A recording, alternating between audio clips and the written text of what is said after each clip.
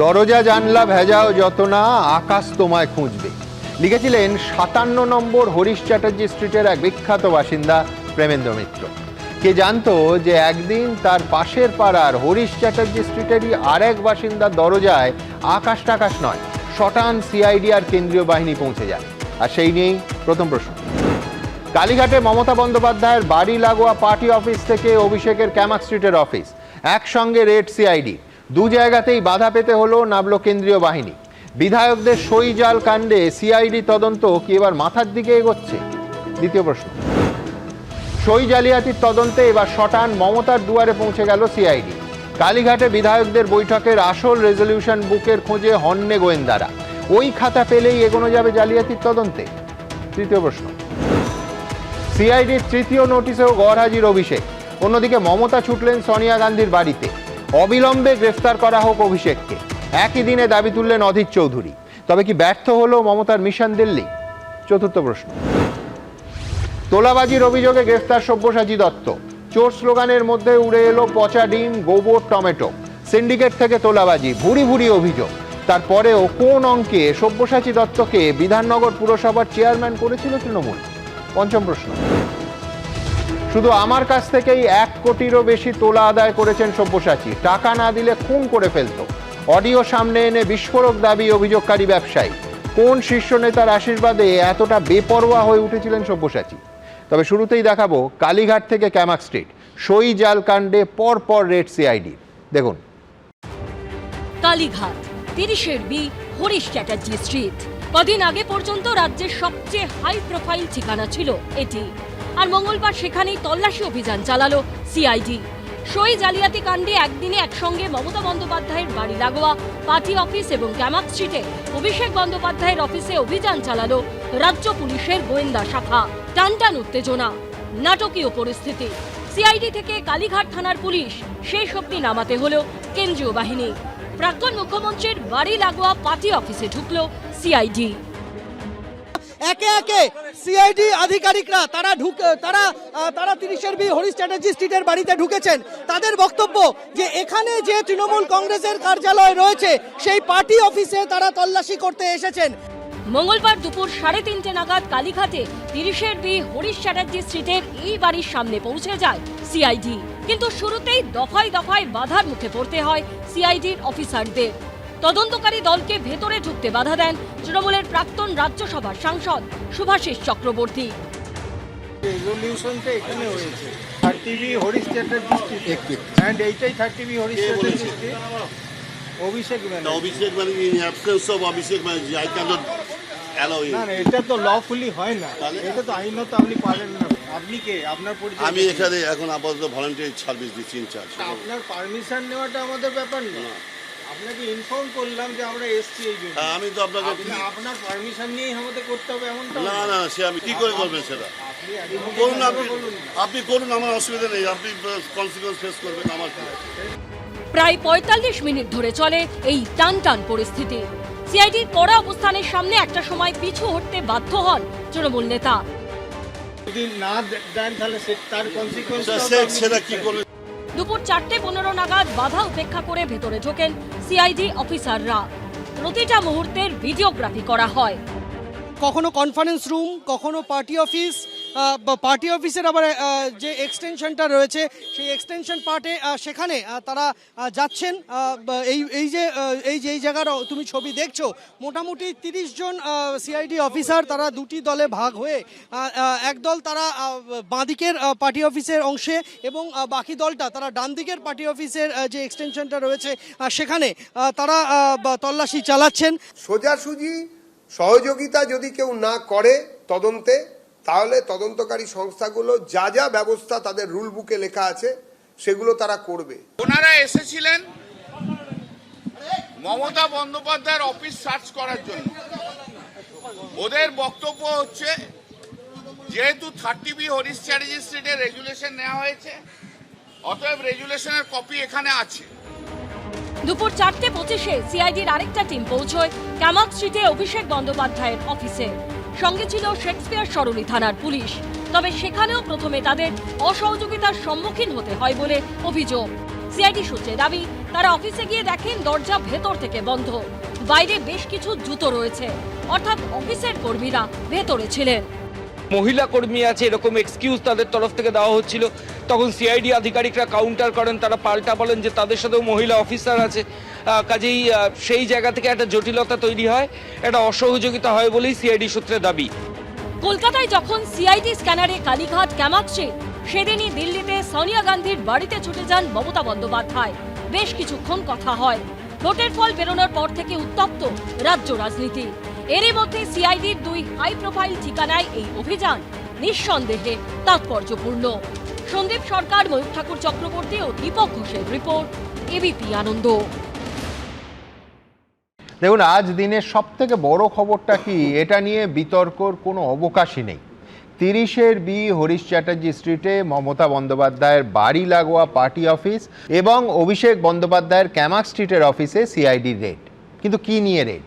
কেউ বলতেই পারেন যে কেন তৃণমূল বিধায়কদের সইজাল কাণ্ড নিয়ে সিআইডি রেড করছে, কিন্তু আসল প্রশ্ন হলো সিআইডি খুঁজছেটা কি? অভিষেক বন্দ্যোপাধ্যায় 20 মে বিধানসভার অধ্যক্ষকে যে চিঠি দিয়েছেন, তাতে তিনি বলছেন যে 6 মে তৃণমূল কংগ্রেসের বৈঠক হয়েছে এই 30 বি হরিশ চ্যাটার্জি স্ট্রিটে। এই বৈঠকে সিদ্ধান্ত হয়েছে যে শোভনদেব চট্টোপাধ্যায় 18 বিধানসভার বিরোধী দলনেতা হবে। এরপর 27 মে ঋতব্রত বন্দ্যোপাধ্যায় এবং সন্দীপন সাহা স্পিকারের কাছে অভিযোগ করেছেন যে প্রথমত 6 তারিখে কাউকে বিরোধী দলনেতা হিসেবে বাছাই হয়নি। দ্বিতীয় অভিযোগটা আরও মারাত্মক। তারা বলছেন যে 19 মে তাদের ব্যাকডেটে, অর্থাৎ ওই 6 তারিখ লিখে সই করার নির্দেশ দেওয়া হয়। এখন সিআইডি এই রেড করছে এই 3টে পাতা, যে রেজলিউশন বুক থেকে অভিষেক বন্দ্যোপাধ্যায় স্পিকারকে লেখা চিঠির সঙ্গে অ্যাটাচ করে পাঠিয়েছিলেন, সেই অরিজিনাল রেজলিউশন বুকটার সঙ্গে যাচাই করে দেখতে। এই অরিজিনাল বুকটা সিআইডি আগে চাইলেও তাদের বক্তব্য তারা পায়নি, এবং সিআইডির আরও বক্তব্য যে রেজলিউশন বুকটা খুঁজতে আজ 30 বি হরিশ চ্যাটার্জি স্ট্রিট এবং 9 নম্বর ক্যামাক স্ট্রিটে সিআইডি হানা দিয়েছে। আমার প্রথম বক্তা অবশ্যই ডক্টর নজরুল ইসলাম। নজরুলদার কাছে আমার প্রশ্ন একটাই থাকবে যে এই দুটো ঠিকানায় সিআইডি পৌঁছানোর মানে তো একটাই, তদন্ত করতে করতে মাথায় পৌঁছানো। আক্ষরিক অর্থেই দুয়ারে সিআইডি। মমতা বন্দ্যোপাধ্যায়ের বাড়ির উঠোনে সিআইডির গোয়েন্দারা পৌঁছে গেলেন, তাই তো নজরুলদা? সিআইডি একটা তদন্ত করছে, বেশ। সে তদন্তটা একটা অভিযোগের ভিত্তিতে। বেশ। অভিযোগটা হচ্ছে এই যে 6 তারিখে একটা মিটিংয়ে রেজুলেশন হয়েছে যে শোভনদেব বাবুকে বিরোধী দলনেতা করা হবে, এই বলে কোনো এমএলএ নয়, তৃণমূল পার্টির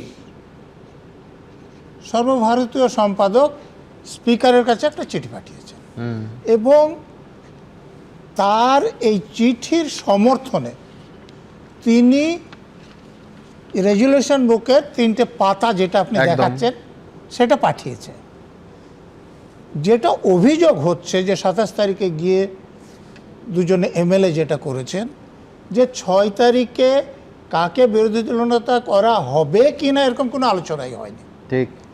দ্বিতীয় কথা হচ্ছে যে সেখানে যেসব এমএলএদের নাম দেখানো হচ্ছে আর সই দেখানো হচ্ছে, সেই সইয়ের কতকগুলো এমএলএ সই তাদের নয়, এটা হচ্ছে অভিযোগ। তো এই তদন্ত করতে এই মিটিংটা কোথায় হয়েছিল? 30 B Harish Chatterjee street, party অফিসে, মমতার বাড়িতে নয়। অতএব আপনি যেটা বলছেন যে মমতার বাড়িতে সিআইডি গিয়েছে, এটা ঠিক কথা নয়। সিআইডি গিয়েছে তদন্তের স্বার্থে যেখানে মিটিং হয়েছিল। আপনারা খেয়াল করুন, একজন আইনজীবী, শুধু একটাই বাড়িতে আমি বলিনি, আমি বলছি দুয়ারে। হ্যাঁ, তো ওটা তো মমতা ব্যানার্জির দুয়ার নয়, তৃণমূল পার্টি অফিসের দুয়ার। সেই দুয়ারটা মমতা ব্যানার্জিরও যতটা, অনির্বাণেরও ততটা, কল্যাণ ব্যানার্জিরও ততটাই, কুণাল ঘোষেরও ততটাই, সব তৃণমূল পার্টির সমর্থকের দুয়ার ওটা। মমতা ব্যানার্জি যেখানে থাকেন, বলতে পারেন যে উঠোনটা তো কমন, তার কারণ দুয়ার দিয়েই তো ওই পার্টি অফিসে যেতে হচ্ছে। উঠান কমন হোক, মমতা ব্যানার্জির বাড়িতে গেলে আইনের একটা কথা, ঠিক। আর যেখানে মিটিংটা হয়েছিল সেখানে গেলে আইনে আর একটা কথা। বেশ। আমার এই জন্য আপত্তি যে এটা মমতা ব্যানার্জির দুয়ারে সিআইডি যায়নি, হ্যাঁ। সিআইডি গিয়েছে সেই পার্টি অফিসের দুয়ারে, যেখানে দাবি করা হয়েছে যে এখানে রেজুলেশনটা হয়েছিল, এবং অন্যদিকে অভিযোগ হয়েছে যে ওখানে এরকম কোনো রেজুলেশন হয়নি, এবং যাদের সই দেখানো হচ্ছে তাদের অনেকেরই সই জাল। এইবার ধরুন যে একটা কথা আসছে, সেখানে একজন সাংসদ এবং আইনজীবী তিনি সাংবাদিকদের সঙ্গে কথা বলছিলেন, বলে এটা সিআইডির লোকেদের কি কোনো বুদ্ধি শুদ্ধি নাই যে গাছতলায় রেজলিউশনালকে গাছতলায় থাকবে? তো এই সাংসদের বা আইনজীবীরকে এইটুকু বুদ্ধি নেই যে এটা গাছতলা নেই, একটা পার্টি অফিস, এবং এখানে রেজলিউশন হলে রেজলিউশন এখানে থাকতেও পারে, থাকবি আমি বলছি না, কিন্তু থাকতেও পারে। তো এইটুকু বুদ্ধি যদি না থাকে, তিনি সাংবাদিকদের সঙ্গে এরকম কথা বলতে গিয়ে নিজের অজ্ঞতা প্রকাশ করে কার শোভাবর্ধন করছে? তারপরে দেখুন আর একজন সাংসদের কথা, ফ্যাকচুয়ালি বলতে গেলে ওটা central party office. Party office তো সেন্ট্রাল হলে তো সেখানে যেতেই পারে, একদম। কিন্তু রেজুলেশনটা ওখানে হয়েছে বলে যে চিঠি পাঠানো হয়েছে সেখানে আছে, একদম। এবং 9 নম্বর ক্যামাক স্ট্রিটেরও ঠিকানা আছে, তাহলে সেখানে তো আইনত তারা যেতে পারে। এখানে একাধিক আইনজীবী আছেন, 3 জন অন্তত দেখছি আমি। হ্যাঁ, দেখুন এরপরে ওখানে যিনি দেখুন যে দীর্ঘদিন ক্ষমতায় থাকার ফলে উদ্ধত্তটা কোথায় গিয়েছে, আর একজন সাংসদ এবং তিনি আইনজীবী, তিনি বলছেন যে আমি আপনাদেরকে অ্যালাউ করতে পারি না। উনি আটকাতে পারেন? কোন আইনে আছে? 3 জন আইনজীবীর একজন বলে দিক। শুধু প্রাক্তন সাংসদ। হ্যাঁ, প্রাক্তন সাংসদ এবং এখনো আইনজীবী। তো তা এই আইনের উনি এটুকু জানেন না যে পুলিশ ওয়ারেন্ট থাকলে তো কথাই নাই, ওয়ারেন্ট না থাকলেও 3 জন আইনজীবীর কেউ অস্বীকার করুন যে পুলিশের ক্ষমতা আছে তদন্তের জন্য সার্চ করতে যে কোনো জায়গায় যেতে পারে, এবং তারা যদি দরজাটা না খুলে দেয় ভেঙে ঢুকতে পারে, যতটা বল দরকার সেটা প্রয়োগ করতে পারে, আইনে বলা আছে। একজন আইনজীবী এবং তিনি সাংসদ ছিলেন, তিনি বলছেন আমি আপনাদেরকে অ্যালাউ করতে পারি না। কোন দেশের আইন পড়েছিলেন তিনি, এবং তিনি কি করে সাংসদ হয়েছিলেন? আইন তৈরি করেন আমাদের দেশের সাংসদরা। তো এই রকম কথা যারা বলেন তাদের বিরুদ্ধে কিন্তু ব্যবস্থা করা উচিত, এবং আমি যদি ওই টিমে থাকতাম তাহলে ওই সাংসদকে অ্যারেস্ট করতাম এই বাধা দেওয়ার জন্য। বেশ, আমি এইখান থেকে অনির্বাণের কাছে যাব, কিন্তু তার আগে রাজনৈতিক নার্ভ সেন্টার বলতে যা বোঝায়, নিঃসন্দেহে 30-এর বি হরিশ চ্যাটার্জি স্ট্রিট একেবারে তাই। আবার বলছি, মমতা বন্দ্যোপাধ্যায়ের বাড়ির দুয়ারে নয়, কিন্তু দুয়ারে সিআইডি এই কারণেই, তার কারণ নিঃসন্দেহে সেই অফিসের ঠিকানায় যা অভিষেক বন্দ্যোপাধ্যায়ের চিঠির একেবারে ওপরে ঠিকানা হিসেবে দেয়া হয়েছে, এবং এই যাবতীয় মিটিং যা নিয়ে এত বিতর্ক, সেই মিটিংয়ের ভেন্যু ওই 30-এর বি হরিশ চ্যাটার্জি স্ট্রিটের পার্টি অফিস। পরের প্রতিবেদন। তৃণমূল ভেঙে খান খান, মমতা বন্দ্যোপাধ্যায়ের বিশ্বস্তরাও হাতছাড়া, রাজনৈতিকভাবে কার্যত নিঃস্ব মমতা বন্দ্যোপাধ্যায়। কাউন্সিলর থেকে বিধায়ক, সাংসদ কার্যত কেউই আর কথা শুনছেন না। আগামী দিনে তার তৈরি দলের নাম ও প্রতীক তার কাছে থাকবে কিনা তা নিয়েও জল্পনা শুরু হয়েছে। এই পরিস্থিতিতে 30-এর বি হরিশ চ্যাটার্জি স্ট্রিটে মমতা বন্দ্যোপাধ্যায়ের বাড়ি লাগোয়া পার্টি অফিসে তল্লাশি অভিযান চালালো সিআইডি। 4:15 থেকে সন্ধে 6:15 টানা 2 ঘন্টা CID team 30 B Harish Chatterjee স্ট্রিটে, যে মমতা বন্দ্যোপাধ্যায়ের বাড়ি লাগোয়া যে তৃণমূলের পার্টি অফিস রয়েছে, সেই পার্টি অফিসে তারা তল্লাশি চালালেন, এবং তল্লাশি চালিয়ে তারা বেরিয়ে এসেছেন। সই জালিয়াতি কাণ্ডে তৃণমূলের একেবারে নার্ভ সেন্টারে পৌঁছে গেল সিআইডি টিম। আইনে কি হবে না হবে সেটা পরের কথা, তার আগে এতজন চলে যাও হরিশ চট্টোপাধ্যায় স্ট্রিটে, এতজন চলে যাও, একটা মহল আগে তৈরি করে দাও। এই পার্টি অফিস লাগোয়া মমতা বন্দ্যোপাধ্যায়ের বাড়ি, এইখান থেকেই তিনি হয়ে উঠেছিলেন অপ্রতিরোধ্য যুব কংগ্রেস নেত্রী। বাজিয়েছিলেন বামফ্রন্টের মৃত্যু ঘণ্টা, সাংসদ হয়েছেন, কেন্দ্রীয় মন্ত্রীও হয়েছেন। এখান থেকেই তিনি কংগ্রেস করতেন, এখান থেকেই কংগ্রেস ভেঙে তৃণমূল করেছেন। পার্টি অফিস সংলগ্ন এই বাড়িতেই এসেছিলেন প্রধানমন্ত্রী অটল বিহারী বাজপেয়ী, এখান থেকেই বিজেপির হাত ধরেছেন, এখান থেকেই আবার কংগ্রেসের শরিক হয়েছেন, এখান থেকেই সিপিএম কে হারিয়েছেন, মুখ্যমন্ত্রী হয়েছেন, আবার এখান থেকেই পরাজিত হয়ে তিনি এখন কার্যত সর্বহারা। তার নেতৃত্ব, কর্তৃত্ব সবকিছুই প্রশ্নের মুখে। যে বাড়ি থেকে কিছুদিন আগে অব্দি রাজ্য চলতো, সরকার চলতো, প্রশাসন চলতো, দল চলতো, এখন তার পাশেই পার্টি অফিসে তল্লাশি চালালো সিআইডি। ওগুলো কোন নন্দন কানন যে ওখানে সিআইডি যেতে পারবে না?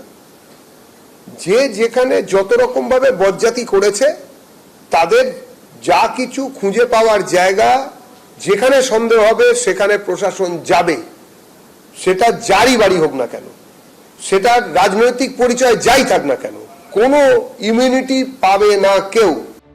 মমতা বন্দ্যোপাধ্যায়ের বাড়ি লাগোয়া পার্টি অফিসে পৌঁছে গেল সিআইডি, পৌঁছলো অভিষেক বন্দ্যোপাধ্যায়ের ক্যামাক স্ট্রিটের অফিসেও।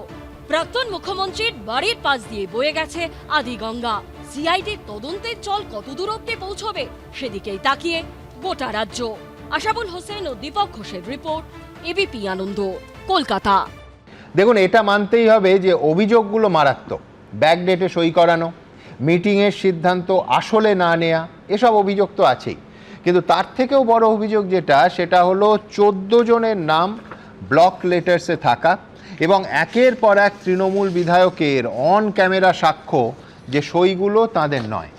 এবিপি আনন্দের ক্যামেরাতেই তৃণমূলের মধ্য হাওড়ার বিধায়ক অরূপ রায় বলেছেন যে ওই কাগজে, অর্থাৎ এই বুকে যে সইটা সেটা তার নয়। আরও এক বিধায়ক যেমন সুভাষিস দাস একই কথা বলেছেন। ক্যানিং পূর্বের তৃণমূল বিধায়ক বাহারুল ইসলাম বলেছেন তিনি বৈঠকেই যাননি, সিআইডিকে সাক্ষ্য দিয়েছেন। ভাবুন, এই সইগুলো কে করলো এবং কার নির্দেশে করলো সেটা তো অবশ্যই জানতে হবে। কিন্তু সবথেকে বড় কথা, অভিযোগগুলো যাঁরা করেছেন, সিআইডিকে যাঁরা বয়ান দিচ্ছেন, তারা প্রত্যেকেই তো তৃণমূলের টিকিটে জিতে আসা নির্বাচিত জনপ্রতিনিধি। একটা জিনিস আমি স্পষ্ট করে অনির্বাণের কাছে জানতে চাইবো যে তৃণমূল এই জটিলতাটাকে বাড়াতে দিচ্ছে কেন?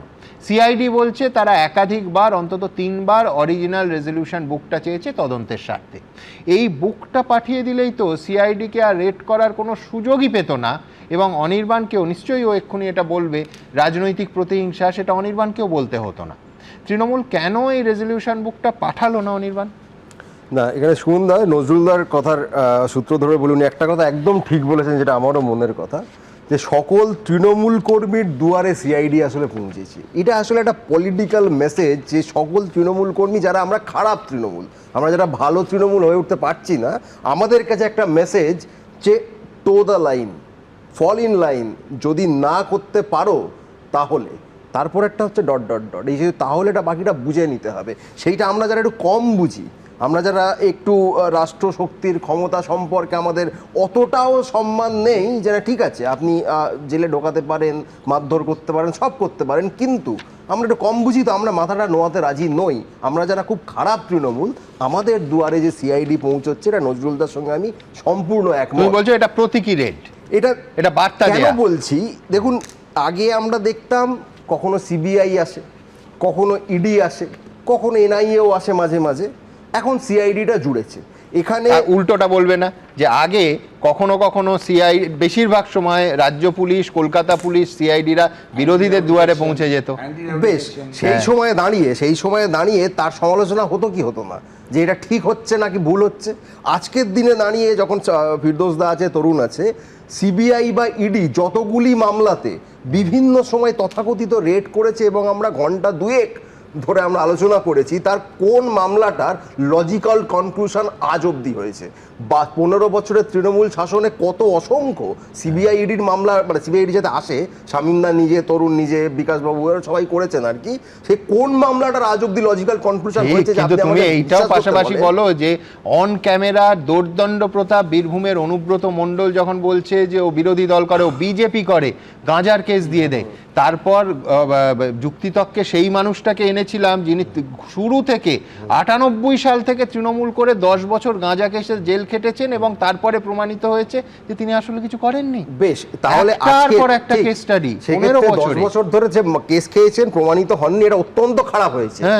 সরকারটা তো চলে গেছে, আজকে তাহলে প্রায় 1.5 মাস যে সরকারটা আছে তারা যা যা করছে আমরা সেটা নিয়ে কোনো আলোচনা করব না এখনো কি তাহলে তাহলে সেটাই তো আমি বলছি আজকে সিআইডি যে গেল যেতেই পারে কিন্তু এখানে পয়েন্টটা কি 3 জনের সই মেলা না মেলা আমাদের কি বিধায়ক সংখ্যা 27 ছিল যে আমাদের আরো 3টে জোর করে ফরজারি করে দরকার ছিল আমাদের বিধায়ক সংখ্যাই তো আসে অনির্বাণ 3টে বাদ দাও যদি একজন বিধায়কেরও ফরজারির অভিযোগ ওঠে সে তদন্ত হবে না 100 বার ফরজারির অভিযোগটা সাধারণ মানুষও যদি এই অভিযোগ করে মানে ফরজারির যে অভিযোগটা উঠছে সেই অভিযোগের মূল ভিত্তিটা কি যে শোভনদেব চট্টোপাধ্যায়কে আমরা বিরোধী দলনেতা হিসেবে মানি কি মানি না that is the central question এবার যারা যারা বলছেন আমরা মানি না তারা কি সেদিন বলেছিলেন আমরা মানি না তারা তো হাত তুলে বলেছিলেন আমরা মানা না মানার প্রশ্ন নয় প্রশ্ন হচ্ছে বৈঠকে সেই সিদ্ধান্ত নেওয়া হয়নি এবং পরবর্তীকালে ব্যাকডেটে সই করানো হয়েছে এটা তো মানে আমি বলছি সেই অভিযোগ যদি হয়ে থাকে সেই অভিযোগ যারা বলছেন যে আমাদের সই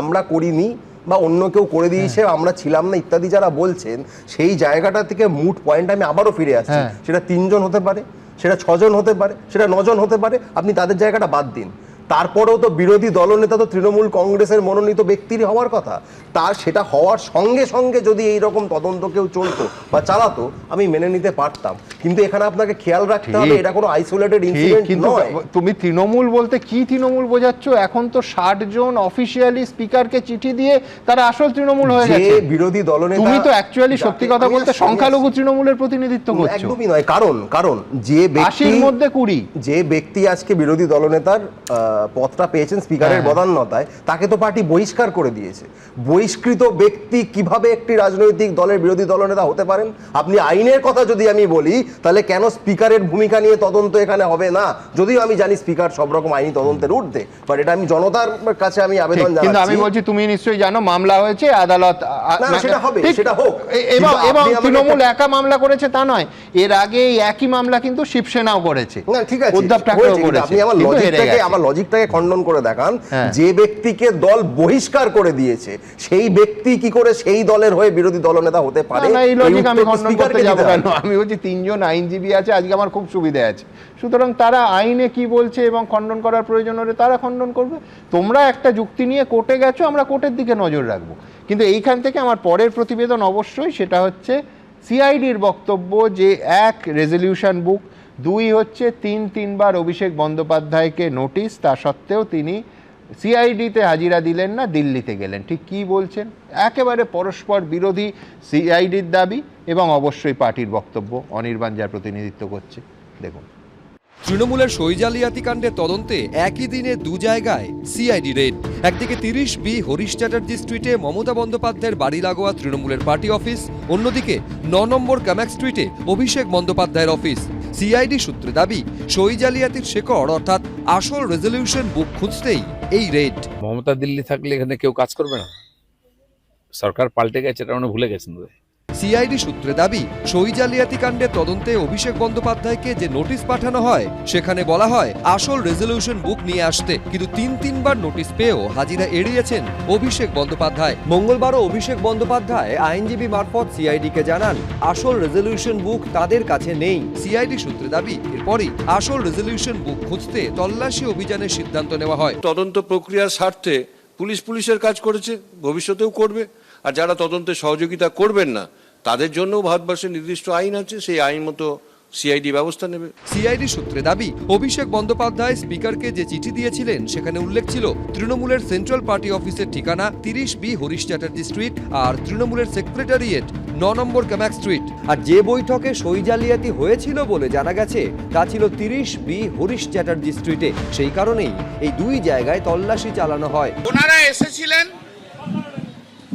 মমতা বন্দ্যোপাধ্যায়ের অফিস সার্চ করার জন্য ওদের বক্তব্য হচ্ছে যেহেতু 30B হরিশ চ্যাটার্জি স্ট্রিটে রেগুলেশন নেওয়া হয়েছে অতএব রেগুলেশনের কপি এখানে আছে অতএব রেগুলেশনটা এখানে সার্চ করার জন্য এসছে। বিধানসভার স্পিকারকে চিঠি দিয়ে অভিষেক বন্দ্যোপাধ্যায় জানিয়েছিলেন বিরোধী দলনেতা হিসেবে শোভনদেব চট্টোপাধ্যায়কে বেছে নেওয়া হয়েছে। এরপর বিধানসভার স্পিকার নির্দেশ দেন যে বৈঠকে শোভনদেব চট্টোপাধ্যায়কে বিরোধী দলনেতা হিসেবে মনোনীত করা হয়েছে সেই বৈঠকের প্রস্তাব বিধায়কদের সইসহ বিধানসভায় জমা দিতে হবে। সেই মতো বিধায়কদের সইসহ একটি চিঠি পাঠান অভিষেক বন্দ্যোপাধ্যায়, কিন্তু সেই প্রস্তাব বা রেজলিউশনেই তৃণমূল বিধায়কদের সই জালিয়াতি সামনে আসে। তা নিয়ে চাঞ্চল্যকর অভিযোগ তোলেন তৎকালীন তৃণমূলের বিধায়ক ঋতব্রত বন্দ্যোপাধ্যায়। আমাদের বক্তব্য ছিল 6 তারিখ যে মিটিং হয় সেই মিটিংয়ে কোনো রেজলিউশন নেওয়া হয়নি। 19 তারিখ অ্যাটেন্ডেন্স দেওয়ার সময় বলা হয় যে 6 তারিখ মানে ডেটটা লিখুন 6 তারিখ, তো 19 তারিখ সই করা হচ্ছে। সিআইডি সূত্রে দাবি যে তৃণমূল বিধায়করা সই করেছিলেন তাদের বয়ান রেকর্ড করা হয়েছে, হাতের লেখাও পরীক্ষা করা হয়েছে। 3 জন জানিয়েছেন তারা সই করেননি। আমাকে দেখালেন সিগনেচারটা, তো সিগনেচারটা দেখে আমি অবাক হলাম যে এই সিগনেচারটা আমি তো করিনি। আমার যে সিগনেচারটা আমাকে দেখিয়েছে সিআইডি, সেই সিগনেচারটা আমার নয়। সিআইডি সূত্রে দাবি এখন তদন্ত এগিয়ে নিয়ে যেতে আসল রেজলিউশন বুক উদ্ধার করতে হবে, আর সেই কারণেই মঙ্গলবার হরিশ চ্যাটার্জি স্ট্রিট এবং কামাক স্ট্রিটে একযোগে তল্লাশি। তবে মঙ্গলবারের তল্লাশিতে আসল রেজলিউশন বুক বাজেয়াপ্ত হয়নি বলে সিআইডি সূত্রে দাবি। এবিপি আনন্দ। দেখুন, নতুন খবর যেটা সেটা হলো অভিষেক বন্দ্যোপাধ্যায় আজ সিআইডিকে সকালে চিঠি দিয়ে জানান যে অরিজিনাল রেজলিউশন বুকটা তার কাছে নেই এবং হাইকোর্টে বিষয়টা বিচারাধীন। উল্টো দিকে সিআইডির যুক্তি হচ্ছে যেহেতু অভিষেক বন্দ্যোপাধ্যায় তার চিঠির সঙ্গে অ্যাটাচ করে এই রেজলিউশন বুকের 3টে পাতার ফটোকপি স্পিকারকে পাঠিয়েছিলেন, ফলে তার কাছে নিশ্চয়ই এই খাতাটা থাকবে। সিআইডি বলছেন অভিষেক বন্দ্যোপাধ্যায়কে 3 বার তলব করা হয়েছে, তিনি নিজে আসছেন না, না অরিজিনাল বুকটাও পাঠাচ্ছেন না, সেই জন্য সিআইডির এই রেড, সেই জন্যই কালীঘাট, সেই জন্যই কামাক স্ট্রিট। এর সঙ্গে মমতা বন্দ্যোপাধ্যায়ের বাড়ির কোনো যোগ নেই, তারা রেড করছেন অফিসের ঠিকানায়। এ তো গেল সিআইডির কথা, কিন্তু তৃণমূল বলছে এবং কল্যাণ বন্দ্যোপাধ্যায় ওইখানে দাঁড়িয়েই বলেছেন এই পুরো ব্যাপারটা শুভেন্দু অধিকারীর রাজনৈতিক প্রতিহিংসা। কোন সময়? যখন মমতা বন্দ্যোপাধ্যায় বাড়িতে নেই, রাজারহাট গোপালপুরের বিজেপি বিধায়ক এবং আইনজীবী তরুণজ্যোতি তিওয়ারি এ নিয়ে কি বলছে? সুমনদা, খুব পুরনো একটা কথা আছে, do you ever so high the law is above you. Abhishek Bandyopadhyay যখন কোনো চিঠির সাথে রেজলিউশন কপি পাঠিয়েছিল, এটা তার দায়িত্ব প্রুভ করা যে ডকুমেন্টটা ঠিক। The owners of proof lies আপন হেম। যেটা পরিষ্কার দেখতে পাচ্ছি, এটা ফার্স্টলি এটাকে ফোর্জারি বলা যায়, second dishonest use of forge documents বলা যায়, third forgery committed with intent to cheat, punishment 7 years and fine. Notice করার দরকার হয় না, অভিষেক বন্দ্যোপাধ্যায় ভাগ্যবান তাকে নোটিস ফোটিস করা হয়েছে, তুলে নিতে পারতো। আচ্ছা, তোমরা বারবার বলছো মমতা বন্দ্যোপাধ্যায়ের দুয়ারে যাচ্ছে সিআইডি, তোমরা বারবার বলছো হচ্ছে অফিসে যাচ্ছে সিআইডি, তোমরা সুমনদা এটা কেন বলছো না? এটা কি? এটা হচ্ছে হোটেল সোনার তরী, পুরীর একটা হোটেল। আমাদের অত্যন্ত গরিব প্রাক্তন মুখ্যমন্ত্রী, তার বাড়ির address 30B Harish Chatterjee street. Hotel সোনার তরীর বুকিং অ্যাড্রেস হচ্ছে 30B হরিশ চ্যাটার্জি স্ট্রিট। পুরীতে এটাকে হোটেল সোনার তরী বলে চেনা যায়, সেটা কার? মুখ্যমন্ত্রী জানতেন না, তার প্রাক্তন মুখ্যমন্ত্রী, যে তার বাড়ি অ্যাড্রেসে হোটেল চলে। যে এটা নিয়ে আমি আগে বলেছিলাম, বর্তমান এটা উড়ে গেছে, এই কলকাতা কন্ট্যাক্ট বলে এটা ছিল, এটা উড়ে গেছে, কারণ ওপরেরটুকু আছে, কিন্তু আমাদের কাছে তো ডেটাবেস আছে, স্ক্রিনশটগুলো আছে উইথ ইউআরএল। তো এটা কার? এবার এরকমও তো হতে পারে যে সিআইডি হোটেলে গেছিলো খোঁজ নেওয়ার জন্য। আমার তো মনে হয় সিআইডি একটু উচিত পুরী সোনার তরীটার দিকেও যাওয়া। দেখো, এরা না মানে ব্রেক করতে করতে করতে করতে এমন জায়গায় চলে গেছে, বারবার তৃণমূলকে আমরা বলতাম প্রাইভেট লিমিটেড কোম্পানি, পিসি ভাইপোর কোম্পানি। এদের দলের নেতাদের এরা কর্মী, চাকর বাকর বা পুরাতন ভৃত্য রামু কাকা টাইপের মনে করতো। তো লিখে দিল, নিজের মতো লিখে দিল। কোন শিক্ষিত লোক বলতো ক্যাপিটাল লিটারের সিগনেচার করে? কে করে? এটা ইচ্ছা করে করা হয়েছিল। এবার এদের অবিশ্বাসের জায়গা হোক, যাই জায়গা হোক, এরকম জায়গায় পৌঁছেছে যেটা মনেই করে নিচ্ছে এরা তো আমার কেনা গোলাম আছে, এরা আমাদের কথা মতো চলবে। মালকিন ছিলে, মালকিনের পর তাই ভাইপো, ভাইপো তার আরেক ভাই, এবং তারপর তো পরবর্তী প্রজন্ম অভিষেক বন্দ্যোপাধ্যায়ের ছেলে মেয়ে তৈরি আছে। এইভাবে সিস্টেমেটিক্যালি চলছিল। তুমি সিম্পল দেখো, মানে বারবার নোটিশ করা হয়েছে, নোটিশ করার পর আলটিমেটলি ইস্যুগুলো আসলো। আমি অনির্বাণের কথা শুনছিলাম, তৃণমূল আজকালও তৃণমূলের মুখপাত্র হয়েছে, যখন দরকার ছিল তখন হলে হয়তো ভালো হতো, আজকাল হয়েছে তখন তৃণমূলের কেউ নেই। সেই সময় জানবে ভালোই যে 2/3 যদি বেরিয়ে যায় অ্যান্টি ডিফেকশন ল অ্যাপ্লিকেবল হয় না। রিসেন্ট শিবসেনা ইস্যুটাও জানা আছে, সেখানে দাঁড়িয়ে ঋতব্রত বন্দ্যোপাধ্যায়ের সাথে যারা আছে তারা মেজরিটি নিয়ে আছে। তৃণমূলের কাছে তৃণমূলের ওই ঘাসফুল না কি জিনিস আছে ওটা থাকবে কিনা তাও সন্দেহ আছে। তো তৃণমূলের আজকাল যা অবস্থা আছে, তৃণমূলে হচ্ছে পিসি আছেন, ভাইপো আছেন, কল্যাণ বন্দ্যোপাধ্যায় কতদিন আছেন আমি জানি না, তা আপাতত তিনি আছেন। মাঝে মাঝে তাকে শুনতে হতো মাতাল তোমায় জানতে হবে, আগামীকে চিনতে হবে, কলকাতা হাইকোর্টের করিডোরে। সে কল্যাণ বন্দ্যোপাধ্যায় এখনো কিসের টানে আছেন, কল্যাণ বন্দ্যোপাধ্যায় যায় না, আমি সেদিকেও যাচ্ছি না। আমি একটু বরং কিন্তু তোমরা যে জোরে টানছো আর কতদিন কে আছেন কোন দিকে আমার বোঝা খুব মুশকিল হয়ে যাচ্ছে। কোনো ইন্টারেস্ট নেই, কোনো ইন্টারেস্ট নেই। কালকে একটা গোট 20 জন, কোনো ইন্টারেস্ট নেই আমাদের। এবার কেউ যদি আসে, কোনো ইন্টারেস্ট নেই, তারা এসে এত ইন্টারেস্টেড বলছে এনডিএ কে সমর্থন করছে। এই সত্যিই কাকলির গোজদস্তিদার বলেছিলেন কালকে। কাকলিদিকেও জিজ্ঞেস করতে পারি কি আমি কেমন আছো গো কাকলিদি। যাই হোক, এবার ওভারঅল যে ইস্যু, তারা কি বিজেপিতে এসছেন, এনডিএকে সাপোর্ট করছেন, কেউ করতেই পারে, তাতে আমাদের কোনো বক্তব্য নেই। কিন্তু আমার কনসার্নটা এখন পশ্চিমবঙ্গের অবস্থাটা অন্য একটা জেগেছে সুমন্ত, খুব সিরিয়াস কনসার্ন। দেখো পশ্চিমবঙ্গে আমাদের, তোমরা জানো যে ডিমের চাহিদাটা যতটা থাকে ততটা ডিম আমাদের পশ্চিমবঙ্গে আসে না, নেই, বাইরে থেকে আনতে হয়। তো তোমার এই প্ল্যাটফর্মটাকে আমি ইউজ করছি আজকে, জনগণকে করজোরে অনুরোধ করছি, দেখুন ডিম একটা মহার্ঘ জিনিস, তার দামও আছে। এইভাবে বাজারে ডিমের মানে চাহিদা বাড়িয়ে দেবেন না। ডিম ছুটছেন এমনভাবে যে যেগুলো রান্না হতে পারতো সেগুলো তৃণমূল নেতাদের গায়ে টাকে মুখে উঠে যাচ্ছে। তার চেয়ে বড় একটা অন্য উপায় আছে। আমরা বাঙালিরা নর্মালি কাজ করে কি, পুরোনো ছটি চপ্পল এগুলো রেখে দিই, বাথরুমে ইউজ করি, হাওয়াই চপ্পল, বাইরে পড়ে বেরোতাম, একটু ক্ষয়ে গেলে বাইরে ইউজ হয়। তো চটি চপ্পলগুলোকে ঠিকঠাকভাবে ব্যবহার করুন। খাওয়ার জিনিস কোনো ফর্মেই আইন নিজের হাতে তুলে নেওয়া উচিত। খাওয়ার জিনিস কেন ছুটছেন? খাওয়ার জিনিস গরিব মানুষকে খাওয়ান, ভালো মানুষকে খাওয়ান। ডিম ছুঁড়ে ডিম অপচয় একদম করবেন। আর লাস্ট কথা বলে শেষ করবো, অভিষেক বন্দ্যোপাধ্যায়, মমতা বন্দ্যোপাধ্যায় এত বড় বড় যে ডায়লগ দিতেন, এত বড় বড় কথা বলতেন, আমি জানি আমাদের কার্যকর্তা, আমাদের নামে সুমনদা, ইনফ্যাক্ট তোমার অনেক সাংবাদিকের নামে, তোমার নামে কতগুলো মামলা হয়েছে, কোন কোন আসপেক্টে মামলা হয়েছে, আজকে তারা আইনের কথা বলছে, আজকে তারা বড় বড় জায়গা দেখাচ্ছে। মানে নিজের জায়গা দেখো, একটা মানে সন্ত কবিরের একটা দোহা ছিল না যে বুড়া जो ढूंढने में निकला बुरा ना कोई, बुरा ना मिलिया कोई, जब देखा खुद के अंदर मुझसे बुरा ना कोई। তৃণমূল একটু নিজের দিকে দেখা উচিত, তারপর কথা বলবে। আচ্ছা, এখানে 2/3 মেজরিটির কথা যেটা তরুণ বললেন, সেটা তখন অ্যাপ্লিকেবল যদি তারা দল ত্যাগ করে অন্য দলে যান, তবে তাদের সাংসদ বা বিধায়ক পদ, বলেই দেওয়া তরুণ, তাহলে সাংসদ বা বিধায়ক পদ খারিজ যাতে না হয় তখন অ্যাপ্লিকেবল। এখানে ঋতব্রত বাবুরা বলেছেন আমরা তৃণমূল ছেড়ে অন্য কোনো দলে গেছি, ওরাই বলছে আমরাই তৃণমূল দাও, তাহলে তো অ্যান্টি ডিফেকশনের এখানে বলছে আমরাই তৃণমূল শেষ করে নিতে দাও, তারা অ্যান্টি ডিফেকশনটা এখানে অ্যাপ্লিকেবল হচ্ছে না। একটু অন্য স্টেটে তোমরা তো অন্য স্টেটে, মানে পশ্চিমবঙ্গ ছেড়ে অন্য স্টেটে এতদিন ঘুরে এসছো, আমি বলছি এই হুবহু এক যুক্তি, দেখো যুক্তি ঠিক না ভুল, আইনের কোষ্টি পাথরে দাঁড়ায় কি দাঁড়ায় না আমি জানি না, কিন্তু আমি বলছি সুপ্রিম কোর্টের রায় একনাথ শিন্ডের পক্ষে গেছিল ঠিক এই যুক্তিগুলোর উল্টো দিকে। ঠিক আছে, বলেছিলেন যে একেবারে প্রতীক একনাথ শিন্ডে, তার কারণ মেজরিটি তার কাছে। এখানে কি এখন অবধি তারা প্রতীক নিয়ে কোথাও আবেদন নিবেদন করেছে? মামলা কেন দাঁড়াও, শেষ করতে দাও। একই সঙ্গে বলছেন যে মমতা বন্দ্যোপাধ্যায়কে আমরা পরামর্শদাতা হিসেবে, আমাদের নেত্রী হিসেবে, ইত্যাদি ইত্যাদি হিসেবে চাই। তারা কখন বলছে যে আমরা তৃণমূলটা ত্যাগ করে দিলাম, আলাদা দল করলাম?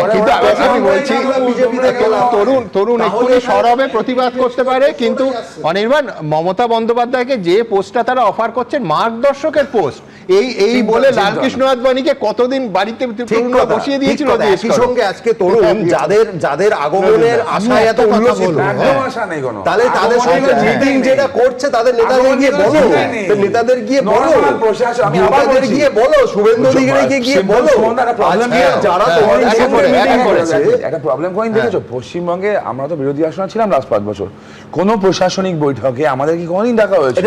আমাদের নির্বাচনী বৈঠকে যখন ডাকা হয়েছে, ভূপেন্দ্র যাদবের ঘরে ভূপেন্দ্র যাদবের সঙ্গে শুভেন্দু অধিকারীর উপস্থিতিতে, আমি বলছি যে নজরুলদার কাছে আসবো। আমি বলছি কোনো একটা দলের 80 জন বিধায়কের মধ্যে 60 জন যদি কোনো নেতাকে না মানেন এবং 28 জন মানে লোকসভার এমপির মধ্যে 20 জন যদি কোনো নেতাকে না মানেন, তাহলে সেই নেতা কাউকে বহিষ্কার করার অধিকার আছে কিনা এটা নিয়ে আলোচনা হওয়া উচিত। বেশ, আমি এইখান থেকে আমার পরের প্রতিবেদন আপনাদের সামনে রাখবো, সেটা হচ্ছে এই 30 বি হরিশ চ্যাটার্জি স্ট্রিটে যখন রেড চলছে, মমতা বন্দ্যোপাধ্যায় ছুটে গেলেন সোনিয়া গান্ধীর কাছে। পরের প্রতিবেদন। যার বাড়ি, যার office, say in absence of him, আমি কোথায় কি আছে আমি জানি না তো। করবো না মানেটাই তো অবস্ট্রাকশন নাকি?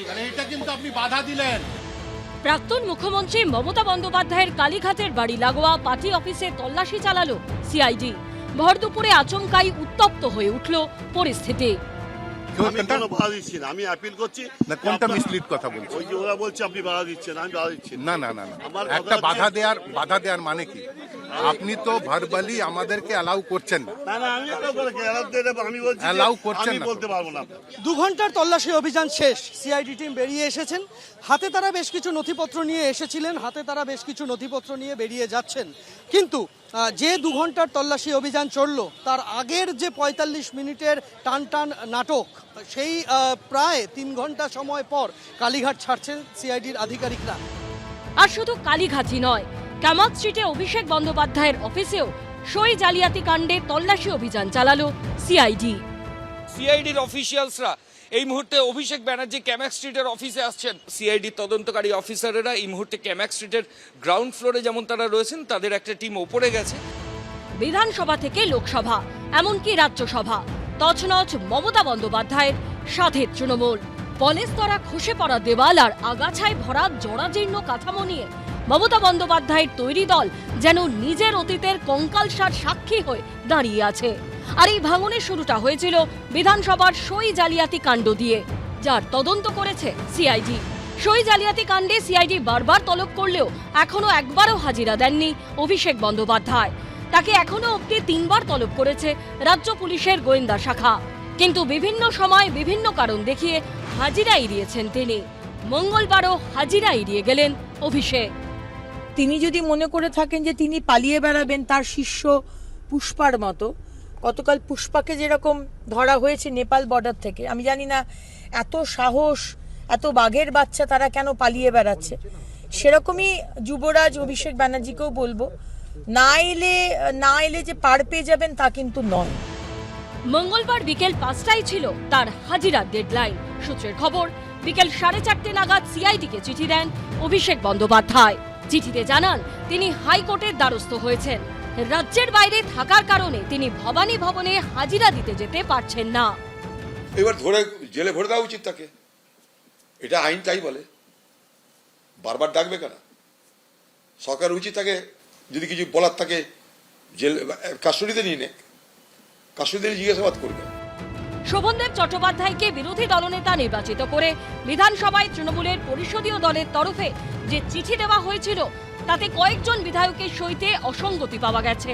সেই তদন্তভার রাজ্য সরকার তুলে দিয়েছে সিআইডির হাতে। দলের সর্বভারতীয় সাধারণ সম্পাদক হিসেবে ওই চিঠিতে অভিষেক বন্দ্যোপাধ্যায়ের স্বাক্ষর ছিল। সে অভিষেক বন্দ্যোপাধ্যায় কোঅপারেট করার জন্য টাইম চেয়েছেন, টাইম দেবেন কিনা সেটা প্রশাসনের ব্যাপার। যদি প্রশাসন টাইম দেয় ভালো, আমরা অনুরোধ করছি। বারবার ডাকা হচ্ছে, নোটিশ দেওয়া হচ্ছে, কিন্তু হাজির হচ্ছেন না অভিষেক বন্দ্যোপাধ্যায়। এবার কি করবে সিআইডি? কোন পথে হাঁটবে তারা? পার্থপ্রতিম ঘোষ, বিজেন্দ্র সিংহ ও রাজা চট্টোপাধ্যায়ের রিপোর্ট, এবিপি আনন্দ। দেখুন, ভোটের ফল প্রকাশের পর 1 মাস কাটতে না কাটতেই একেবারে দুয়ারে সিআইডি, এ নিয়ে কোনো সন্দেহ নেই। একের পর এক মন্ত্রী, বিধায়ক, কাউন্সিলর এবং প্রাক্তনরা তো বটেই শটান জেলে ঢুকছে। যত ডিম ছোঁড়া হয়েছে সেটা স্কুলে দেয়া গেলে মিড ডে মিলের পুষ্টিগুণ বেড়ে যেত। আবার বলছি, আইন নিজের হাতে নেবেন না। কিন্তু ফিরদৌসের কাছে আমার প্রশ্নটা সম্পূর্ণ আইনি। স্বাধীন ভারতবর্ষের ইতিহাসে এই অভিযোগ কখনো শোনা যায়নি যে জনপ্রতিনিধিদের সই জাল করে বিধানসভা স্পিকারের কাছে পাঠানো হচ্ছে। নিঃসন্দেহে অভূতপূর্ব, অশ্রুতপূর্ব অভিযোগ।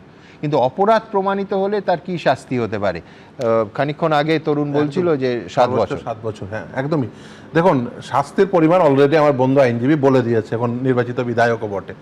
কিন্তু আমি সেটার মধ্যে যাচ্ছি না। আপনি বলছেন যে অভূতপূর্ব, আপনাকে আমি আমার করা মামলার অভিজ্ঞতা শোনাচ্ছি। তাহলে যে সাধারণভাবে কি হয় বলুন তো? সাধারণভাবে কি হয়, কেউ কম নাম্বার পেলে ওই ওএমআর শিটে এক্সট্রা এনসার্কেল করে দিয়ে তাকে পাস করিয়ে দেওয়া হয়। কিন্তু তৃণমূলের আমলে কি ঘটেছিল জানেন তো? মানে ওই যে কোন গ্রুপের প্রশ্ন অ্যান্সার দিচ্ছে, এক্সট্রা এনসার্কেল করে দিয়ে তাকে ফেল করানো হয়েছে, অর্থাৎ যে ব্যক্তিটি পাশ করেছিল তাকে ফেল করানো হয়েছিল, নম্বর কমানো হয়েছিল। কমানো নয়, যে শেষ ওই কোন গ্রুপের অ্যান্সার কি দিয়েছে, আব্দুল হামিদের মামলা, আপনি চাইলে এখন অর্ডার শিটও দেখে নিতে পারেন। তো আমি সে যখন আদালতে মামলা তুমি করি, বলছো একজন যোগ্য প্রার্থীকে অযোগ্য বানানো হয়েছিল, পরীক্ষার্থীকে তাকে অযোগ্য বানানো হয়েছিল। এবং সেটা যখন হাইকোর্টে চ্যালেঞ্জ করি আব্দুল হামিদের মামলায়, মাদ্রাসা সার্ভিস কমিশনের মামলায়, তো তখন সেইটাকে সেই সময় হাইকোর্ট ওটাকে সিএফএসএল এ পাঠিয়েছিল। এখন সেই সিএফএসএল থেকে যখন রিপোর্ট আসলো তখন দেখা গেল যে না, ওটা আব্দুল হামিদ করেনি, এনসার্কেল করেনি। কিভাবে বুঝলো? তার কারণ ধরুন আমি এই পেনটা ব্যবহার করছি, তো এই পেনের কালিতে যখন এনসার্কেল করব আমি, ধরুন সবগুলো এনসার্কেল করেছি এই পেনের কালিতে, কিন্তু অন্য কালি দিয়ে যদি আপনি এনসার্কেল করেন তাহলে কিন্তু সেটা ইজিলি ডিটেক্ট হয়ে যাবে, সিএফএসএল এ পাঠালে সেটা ডিটেক্ট হয়ে যাবে, এবং সেটার উপর সেই রিপোর্টের উপর ভিত্তি করে সেই কিন্তু তাকে পাস ডিক্লেয়ার করা হয়েছিল। সবটাই কালিমালিপ্ত জালিয়াতি। অতএব তৃণমূল কংগ্রেসের আমলে যেমন অযোগ্যকে যোগ্য বানানো হয়েছিল, সেরকম যোগ্যকে অযোগ্য বানানো হয়েছিল, ফলে একইভাবে সেই ট্র্যাডিশন চলেছে। এখন কি হয়েছে, এখন বিরোধী দলনেতা নির্বাচনের ক্ষেত্রেও সেটা হয়েছে কি হয়নি তার তদন্ত করছে সিআইডি। দেখুন আমি বলি যে দেখুন, এই যে জায়গাটিকে তদন্ত করতে গেছেন, সেখানে তদন্ত করতে গেছেন কোন জায়গায়, প্লেস অফ অকারেন্সে। দেখুন একটি অফিসে, সেন্ট্রাল অফিস, ওই দেখুন ওই দেখুন এতে একেবারে মাথায় লেখা আছে অল ইন্ডিয়া তৃণমূল কংগ্রেস, সেখানে সেন্ট্রাল অফিসের অ্যাড্রেস লেখা আছে। সাধারণভাবে যে অফিসে রেজুলেশন নেওয়া হচ্ছে, মিটিং রেজুলেশন বুক তো সেই অফিসে থাকবে, সেটাই স্বাভাবিক।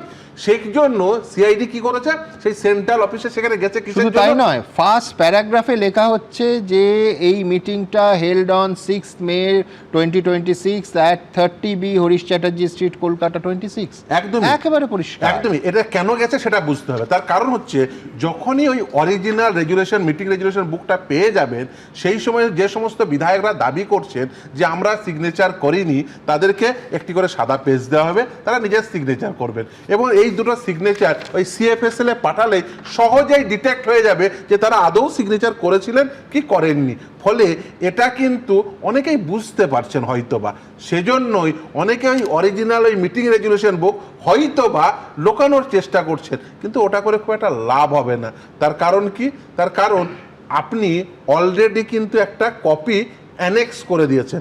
যখন কেউ সিগনেচার করে তার একটি নির্দিষ্ট স্ট্রোক হয়, আমি সিগনেচার করছি, আপনি সিগনেচার করছেন, তার নির্দিষ্ট স্ট্রোক হয়। ফলে ওটা যদি ফটোকপিও থাকে, সেই ফটোকপি থেকেও সহজেই ডিটেক্ট করা যাবে যে আদৌ ওটা ওনার সই কিনা। প্লাস হচ্ছে ফিরদৌস, এরা তো মানে বয়ান দিয়েছেন সিআইডি কে, অন ক্যামেরা সেই বয়ান রেকর্ড করা হয়েছে। একদমই। ফলে দেখুন দ্বিতীয় কথা বলি, উনি বলছেন যে উনি বাড়ির বাইরেই বেরোননি, তাহলে উনি কখন এলেন আর মিটিং এ সইটা কি করে হলো? এবার এটা কি কেন করা হচ্ছে এটা বুঝুন। এটা কেন করা হচ্ছে, তার কারণ হচ্ছে যে আমি এভিডেন্সটাকে কংক্রিট হতে দেব না, সেই জন্য অরিজিনাল ওই যে মিটিং রেজুলেশন বুক সেটাকে এখনো পর্যন্ত কোনোভাবে যাতে না হাত লাগে সিআইডির, সেই জন্য হয়তো বা ব্যবস্থাপনা করলেও করতে পারেন। কিন্তু এইটা করে যদি মনে করেন ইনভেস্টিগেশনটাকে ডিরেল করব, এই যে আজকে বোকার মতো একজন করলেন কি, ইনভেস্টিগেশনে সে তারা বাধা দেওয়ার চেষ্টা করলেন। নজরুলবাবু বলছিলেন চাইলেই তদন্তকারী সংস্থা ইনভেস্টিগেশনে বাধা প্রদান করার জন্য তাকে অ্যারেস্ট করতে পারতেন, তাকে বল প্রয়োগ করে সেখানে ঢুকতে পারতেন, এবং এটাই স্বাভাবিক। তার কারণ ইনভেস্টিগেশনে কোনো প্রকার বাধা সৃষ্টি করা সেটা বেআইনি কাজ এবং সেটা ক্রিমিনাল অফেন্স। এর আগে মমতা বন্দ্যোপাধ্যায় একই কাজ করেছেন, আপনাদের মনে থাকবে ইডি পর্বে, এবং তার থেকে অনুপ্রাণিত হয়ে তার দলের নেতা নেত্রীরা আজকে করছেন সেই কাজ। একটা পয়েন্ট দেখুন, ঠিক এরকম ভাবেই প্রায় আমার স্মরণকালের 8-10 বছর ধরে ফিরদৌস দা, বা পার্টিকুলার ফিরদৌস দা বলে বলছি না, অনেকেই তৃণমূল বিরোধী, সিপিএম বিজেপির প্রতি নরম যারা, তারা ইডি যদি অমুকটা করে সঙ্গে সঙ্গে ওটা ধরা পড়ে যাবে। ধরুন কালীঘাটের কাকুর কণ্ঠস্বর 3 বছর হতে চললো, যে কণ্ঠটা যেই রেকর্ড করবে সঙ্গে সঙ্গে অভিষেক জেলের ভেতরে হয়েছিল। তো 3 বছরের প্রায় হতে চললো, সে কণ্ঠস্বর রেকর্ড হয়ে পড়ে আছে। কোথায় কণ্ঠ, তার আগেরটা বলো, ইডি রেকর্ড করতেই 1 বছরের বেশি সময় লাগলো। শেষ করে কোন জাদু মন্ত্রে তোমরা এটা ম্যানেজ করেছিলে আজও ক্লিয়ার নয়। আচ্ছা হলো, পাওয়ার পরও 2 বছরের উপর হয়ে গেছে ফিরদৌস দা, কে জেলে ঢুকলো, কে কোথায় ঢুকলো, সেকেন্ড কথা তদন্তে বাধা দেওয়ার প্রশ্নে জেলে ঢোকা উচিত ইত্যাদি বললো। আচ্ছা পিনারাই বিজয়নের বাড়িতে নাগরিক দায়িত্ব রয়েছে ইনভেস্টিগেশনে সাহায্য করা। পিনারাই আচ্ছা, ওই মিটিং রেজুলেশন নিয়ে যাচ্ছে তোমরা যদি স্বচ্ছতার সঙ্গে ওই মিটিং রেজুলেশন একটা পলিটিক্যাল পার্টি নিজে থেকে স্বতঃপ্রণোদিত হয়েছে। বিজয়নের বাড়িতে যখন ইডি রেড করতে গেছিল তাদের পিটিএ ফেরত পাঠানো হয়েছে। ফিরদৌস দা বলুক তাহলে পিনারাই বিজয়নকে অ্যারেস্ট করাটা উচিত ইডি, বলতে পারবে? পিনারাই বিজয়ন কোনোদিন বাধা দেয়নি, বাধা দিয়ে গিয়েছে যারা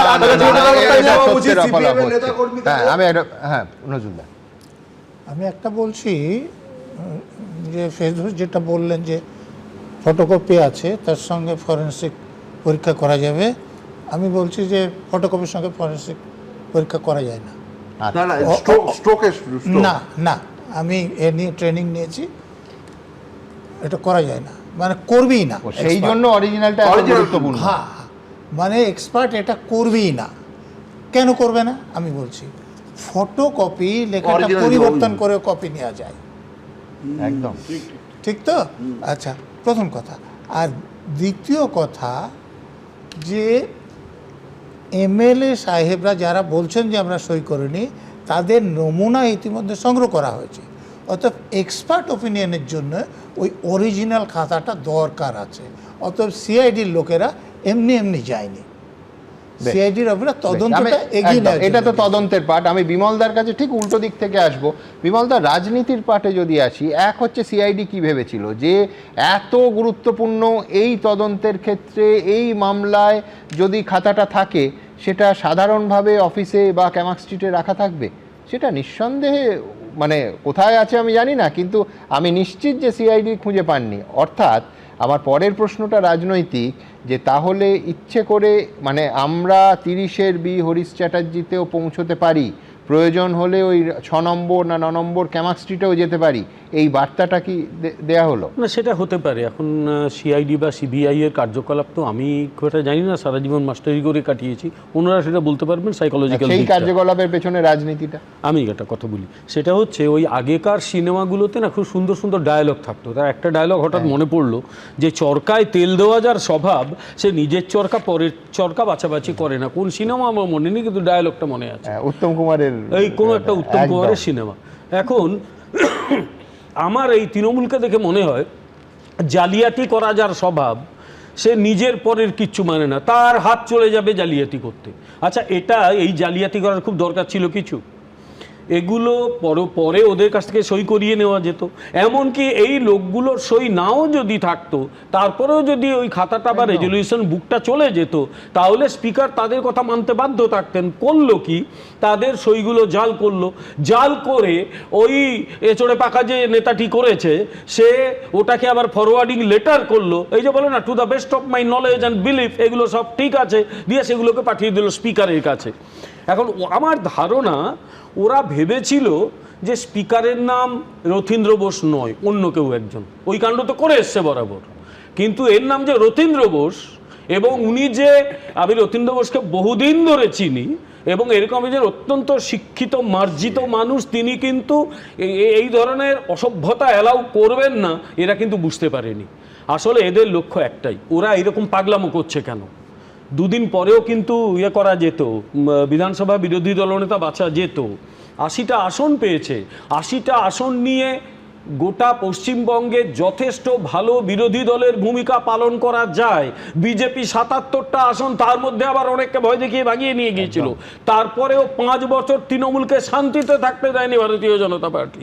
এরা চাইলে কিন্তু 80টা আসন নিয়ে যথেষ্ট বিরোধী দলের ভূমিকা পালন করত, এবং আমি মনে করি গণতন্ত্রে একটা কনস্ট্রাকটিভ অপোজিশনের প্রয়োজন আছে। করলোটা কি করলো, এই জালিয়াতি করতে গিয়ে তারা পুরো সিস্টেমটাকে নষ্ট করে ফেললো। নৈতিকতার দিক দিয়ে আমি একটা কথা বলি, ভারতীয় সাংবিধানিক ব্যবস্থায় স্পিকার কিন্তু অত্যন্ত গুরুত্বপূর্ণ এবং মর্যাদা সম্পন্ন পদ। এটা বিধানসভার মধ্যে কিংবা লোকসভার মধ্যে যে রেসপেক্টিভ স্পিকার, তারা প্রধানমন্ত্রী বা মুখ্যমন্ত্রীর কথা মানতেও বাধ্য নন, কিন্তু তার নিজের মতো তিনি নির্দেশ দেন। প্রয়োজনে তিনি শাসক দলের লোককেও বার করে দিতে পারেন বিধানসভা থেকে। কতবার হাসিম আব্দুল হালিম কতবার করেছে, সেই ক্ষমতা তার কিন্তু রয়েছে। আর নৈতিক যে জায়গাটা, সেটা হচ্ছে এইরকম একটা মর্যাদা সম্পন্ন যে পজিশন, তাকে এইভাবে জালিয়াতির মধ্যে নিয়ে চলে আসা, জাল করে সই পাঠিয়ে দেওয়া, তৃণমূলের বোঝা উচিত ছিল যে এটা কিন্তু আর 2021 সাল নয়, এটা 2026, ওরা কিন্তু হেরে গেছে। আসলে ব্যাপারটা অন্য জায়গা, আমরা সেই জায়গায় দেখছি না। তৃণমূলের এদের পিসি ভাইপোর সবই তো গেছে, ওদের ভয় অন্য জায়গায়। 1600 কোটি টাকা, 1600 কোটি টাকাটা আমার লাগবে, ওইটা যদি ওরা নিয়ে নেয় তাহলে পিসি ভাইপোর একেবারে ভিক্ষা করতে হবে। এই যে কংগ্রেসের কাছে যাচ্ছে কেন, দেখো কংগ্রেস এখন ওই জমিদারদের, আপনি বলছেন যে দল অটুট রাখা নয়, ফান্ডটাকে অটুট রাখা, আমি তো তাই মনে করি মূল উদ্দেশ্য একদম। তার কারণ এরা কংগ্রেসের হাতে পায়ে ধরছে কেন? আচ্ছা কংগ্রেস কি করবে? কংগ্রেস তো ওই জমিদার যার তাল পুকুরে ঘটি রবে না, তবু তার হাতে ঘটিটা রয়েছে। এদের হাতে না ঘটি জল খাওয়ার, না বাটি ভিক্ষে করার। এরা ভয় পেয়ে গেছে যে এই সব যাবে, পুরো টাকাটা যদি এরা নিয়ে চলে যায় তাহলে আমার থাকবে কি? আমার তো অবস্থা খুব খারাপ হয়ে যাবে। আমি শেষ করে নিই, জাস্ট একটা দুটো লাইনে শেষ করব। এদের লক্ষ্য একটাই, যেভাবেই হোক যদি বিধানসভায় বিরোধী দলনেতাকে স্পিকার মেনে নেন তাহলে একটা টেম্পোরারি আমি রিলিফ পেয়ে গেলাম।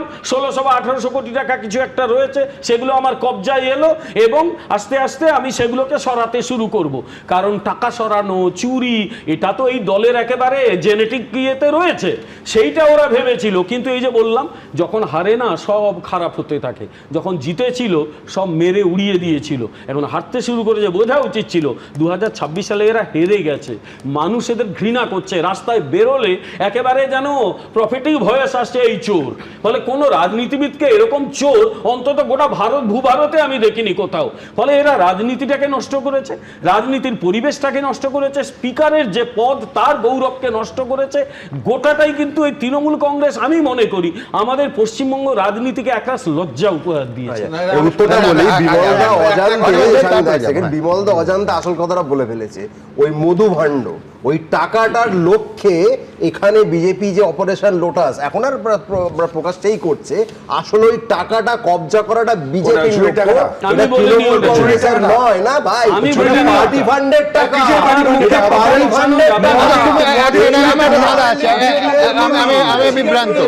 আমি বিভ্রান্ত না অনির্বাণ।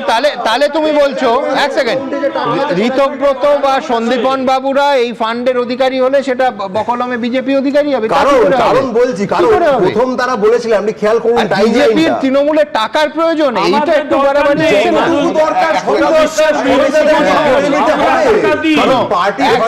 একটা কথা আমার সঞ্চালক হিসেবে বলতে হবে, আমরা যে দুটো দলকে নিয়ে এই তর্কটা জমেছে তাদের একজন হচ্ছে জাতীয় ক্ষেত্রে এই যে ফান্ডটা, এটা তো শুধু নির্বাচনী ফান্ডের কথা হচ্ছে, ইলেকট্রাল বন্ড, সেই ইলেকট্রাল বন্ডের জাতীয় ক্ষেত্রে হাইয়েস্ট গেইনার হচ্ছে বিজেপি।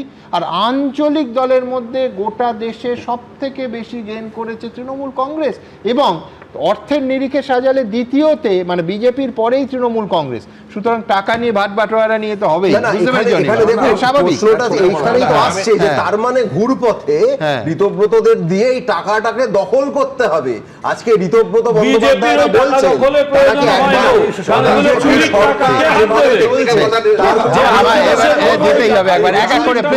আমি আবার বলছি, ইলেকট্রাল বন্ডের ক্ষেত্রে গোটা দেশের মধ্যে সব থেকে লাভবান বিজেপি, দ্বিতীয় আঞ্চলিক দল হিসেবে আঞ্চলিক দলের মধ্যে শুধু নয়, সর্বভারতীয় ক্ষেত্রে দ্বিতীয় তৃণমূল কংগ্রেস। সুতরাং এ নিয়ে অর্থ থাকলে অনর্থ হবে ভাই। অনির্বাণ এতদিন অনেক কথা বলেছে, অফিসিয়াল স্ট্যাটাস না থাকার ফলে তৃণমূল ডাক করে বেরিয়ে যেত, তা আজকে আশা করি ডাক করতে পারবে না, অফিসিয়াল মুখপাত্র তো স্বীকার করলো, মানে প্রকারান্তে লিকার স্ক্যামে যে 1600 কোটি টাকা তৃণমূলের কাছে আছে, 1600 কোটি টাকা দিল্লিতে লিকার স্ক্যাম তৃণমূল সেটাকে দিল্লিতেও করেছিল। যুক্তিতে কথা বলো, যুক্তি দিয়ে কথা বলো, চুরির টাকা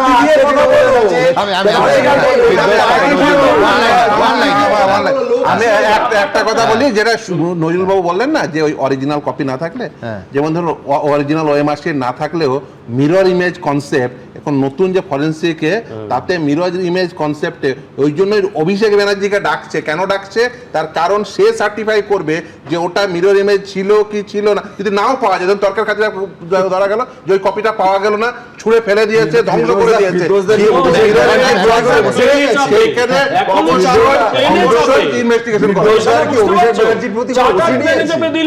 না না কোনো ওসিডির কিছু ব্যাপার নেই। দেখো এর আগে কোনো দরকার ছিল না, আমি বলছি দরকার ছিল, কারণ অবশ্যই দরকার তো মমতা ব্যানার্জি এবং অভিষেক ব্যানার্জি যাকে বিরোধী দলনেতা করতে চাইছিলেন, ক্ষমতায় থাকলে তাদের কথা যে সকলে মেনে নিত, অন্যরা তাকে বিরোধী দলনেতা করতে যে মানতেন না, সেটা পরবর্তীকালে প্রমাণিত হয়েছে। এই জন্যে জালিয়াতি করতে হয়েছে, এক নম্বর। অতএব দরকার ছিল। আর দ্বিতীয় কথা, না না, এটা সম্পূর্ণ ভুল যুক্তি। সব 30 জন লাগে, দেখুন বিরোধী দলনেতা পেতে 30 জন লাগে।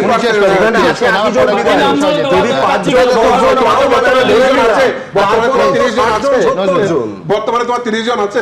বাকি যেটা বলছি যে দেখুন, দীর্ঘদিন জালিয়াতি করতে করতে তৃণমূলের নেতাদের সর্বোচ্চ নেতৃত্ব থেকে আরম্ভ করে এবং অভিষেক ব্যানার্জি পর্যন্ত ওই জালিয়াতি করা একটা অভ্যাস হয়ে গিয়েছিল।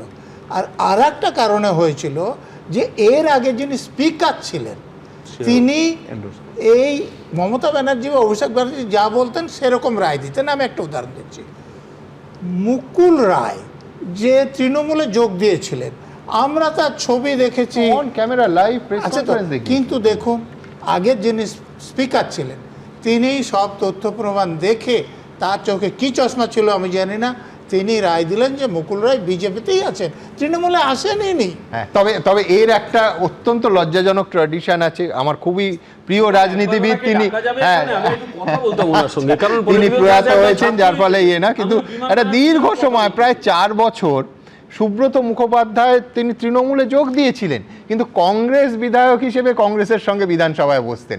আমি বলছি এই সুবিধে মতো চোখ বন্ধ করে থাকার ট্র্যাডিশনটা, আমি বিধানসভার প্রতি শ্রদ্ধাশীল, স্পিকারের চেয়ারের প্রতি তো অবশ্যই শ্রদ্ধাশীল, কিন্তু এই জিনিস কিন্তু বছরের পর বছর আমরা দেখেছি, খুব দুর্ভাগ্য। কিন্তু এখান থেকে আমার পরের প্রতিবেদন বিশ্বনাথদার কাছে যাওয়ার আগে আমি দ্রুত একবার দেখাবো যে এই যে সই জাল নিয়ে আড়াআড়ি কীভাবে ভেঙে গেল এবং দলের টিকিটে নির্বাচিত জনপ্রতিনিধিরা সরাসরি জালিয়াতির অভিযোগ তুললেন। বাইরে থেকে বা অন্য কোনো বিরোধী দলের থেকে এলো না, অভিযোগ এলো দলের মধ্যে থেকে। দেখুন, সই জালিয়াতির জল গড়ালো মমতা বন্দ্যোপাধ্যায়ের বাড়ির দোরগোড়ায়। তৃণমূল নেত্রীর বাড়ি লাগোয়া অফিসে পৌঁছে গেল সিআইডি। ক্যামাক স্ট্রিটে অভিষেক বন্দ্যোপাধ্যায়ের অফিসেও চলল অভিযান। আর যে সই জালিয়াতির তদন্ত ঘিরে এত কিছু, তার হুইসেল ব্লোয়ার তৃণমূলেরই 2 বিদ্রোহী বিধায়ক ঋতব্রত বন্দ্যোপাধ্যায় এবং সন্দীপন সাহা। তারাই প্রথম সই জালিয়াতির পর্দা ফাঁস করেন। আমি দেখেছি যে বিধায়ক নেই, সই করতে গিয়ে দেখছি তার নাম লেখা রয়েছে। স্বাভাবিকভাবে আমরা স্পিকারকে গোটা বিষয়টা জানিয়েছি। শোভনদেব চট্টোপাধ্যায় বিরোধী দলনেতা হবেন এই মর্মে একটি প্রস্তাব নিয়েছিল তৃণমূল। দলের বিধায়কদের সই করা সেই প্রস্তাব জমা দেওয়া হয় বিধানসভায়। এরপরই সই জালিয়াতি নিয়ে তৃণমূলেরই 2 বিধায়ক অভিযোগ জানান। তাদের নাম প্রকাশ্যে আনেন খোদ মুখ্যমন্ত্রী। 2 জন এমএলএ মাননীয় ঋতব্রত বন্দ্যোপাধ্যায় এবং সন্দীপন সাহা অভিযোগ করেন মোট 13 জন বিধায়কের সই নকল করা হয়েছে বলে অভিযোগ ওঠে। তড়িঘড়ি 2 বিধায়ক ঋতব্রত বন্দ্যোপাধ্যায় এবং সন্দীপন সাহাকে বহিষ্কার করে তৃণমূল। তারাও বুক ঠুকে বলেন, যা করেছেন ঠিক করেছেন। একটা অ্যাটেন্ডেন্স খাতাকে রেজলিউশনে পরিণত করে অনুপস্থিত বিধায়কদের নাম ব্লক লেটারে লিখে সাধারণ সম্পাদক অভিষেক বন্দ্যোপাধ্যায় তিনি সেটা মাননীয় অধ্যক্ষের কাছে পাঠিয়ে দিলেন রেজলিউশন হিসেবে। এর চেয়ে নিয়ম বহির্ভূত অনৈতিক কাজ হতে পারে কি? মুখ্যমন্ত্রীকে অনুরোধ করব, সাধারণ সম্পাদকের যে অফিসের যারা ছিলেন তাদেরও আমার ধারণা তদন্তের আওতায় আনা দরকার। সই জালিয়াতি কাণ্ডে সরাসরি অভিষেক বন্দ্যোপাধ্যায়কে হুঁশিয়ারি দেন মুখ্যমন্ত্রী শুভেন্দু অধিকারী। যিনি সেন্ডার তাকে জবাবদিহি করতে হবে কেন তিনি ফরজারি করেছেন, আইনে যা ব্যবস্থা আছে তাই। এরই মধ্যে 3রা জুন রাজ্য রাজনীতিতে বড় চমক।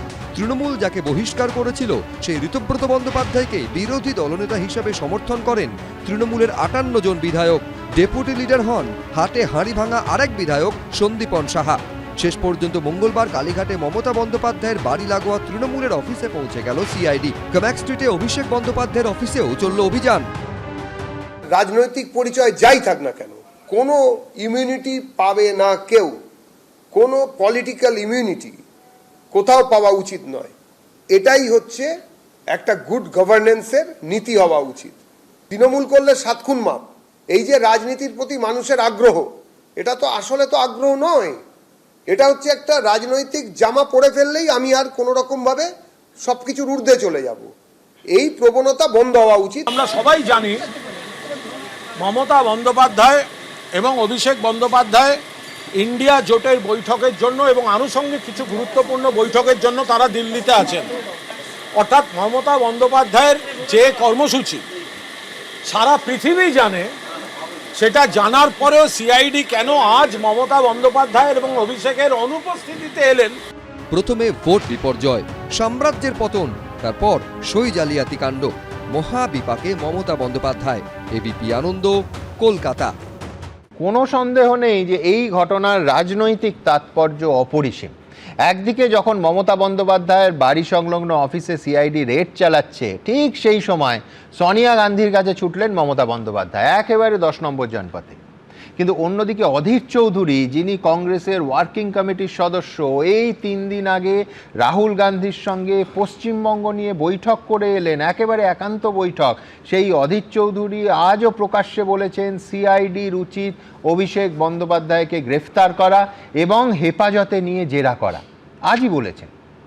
তাহলে কি 3 দিন দিল্লিতে কাটিয়ে মমতা বন্দ্যোপাধ্যায়কে কার্যত খালি হাতেই ফিরতে হচ্ছে? এটাই আমরা ধরে নেব বিশ্বনাথ দা? একেবারে সুমনদা, যখন দল পরিষদীয় দল বিভক্ত হয়েছে, যখন মমতা বন্দ্যোপাধ্যায়ের তৃণমূল কংগ্রেস আদতেও থাকবে না বলেই ইঙ্গিত পাওয়া যাচ্ছে, সিম্বলটা থাকবে কিনা সেটা নিয়ে প্রশ্ন আসছে। মমতা বন্দ্যোপাধ্যায় কিন্তু এই যে ইন্ডিয়া জোটের যে বৈঠকটা, সেটা কিন্তু ডেরেককে দিয়ে কার্যত অনুরোধ করে কিন্তু এইটা আয়োজন করা হয়েছিল, যাতে করে তিনি সর্বভারতীয় স্তরে তার পরাজয়ের কাঁদুনিটা গাইতে পারেন এবং অ্যালিবাই হিসাবে ইলেকশন কমিশন এবং বিজেপির বিরুদ্ধে অভিযোগ তুলতে পারেন।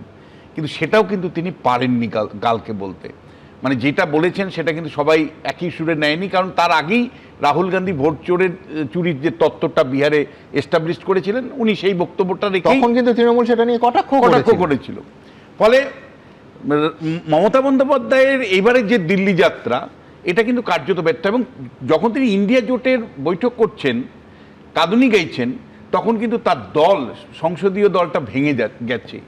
মানে তখন মানে কেন্দ্রীয় মন্ত্রীর ঘরে বৈঠক হচ্ছে এবং তারা আলাদাভাবে লবি তৈরি করে, তিনি ইন্ডি জোটের বৈঠকে 1.5 কিলোমিটারের মধ্যে তার 20 জন বেরিয়ে গেলেন।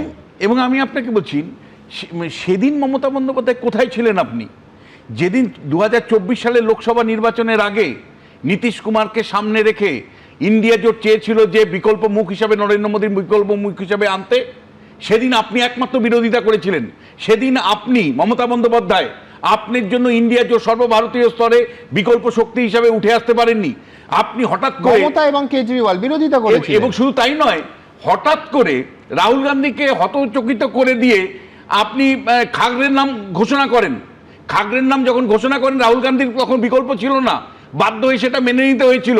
অথচ রাহুল গান্ধীর পরিকল্পনা ছিল নীতিশ কুমারকে ইন্ডিয়া জোটের সাথে যুক্ত করে দিয়ে তাকে প্রধানমন্ত্রী পদে রেখে বিকল্প সন্ধান করা। বছরকে বছর ইন্ডিয়া জোটের পিঠে আপনি চাকু মেরেছেন, আপনি রক্তাক্ত করেছেন ইন্ডিয়া জোটকে।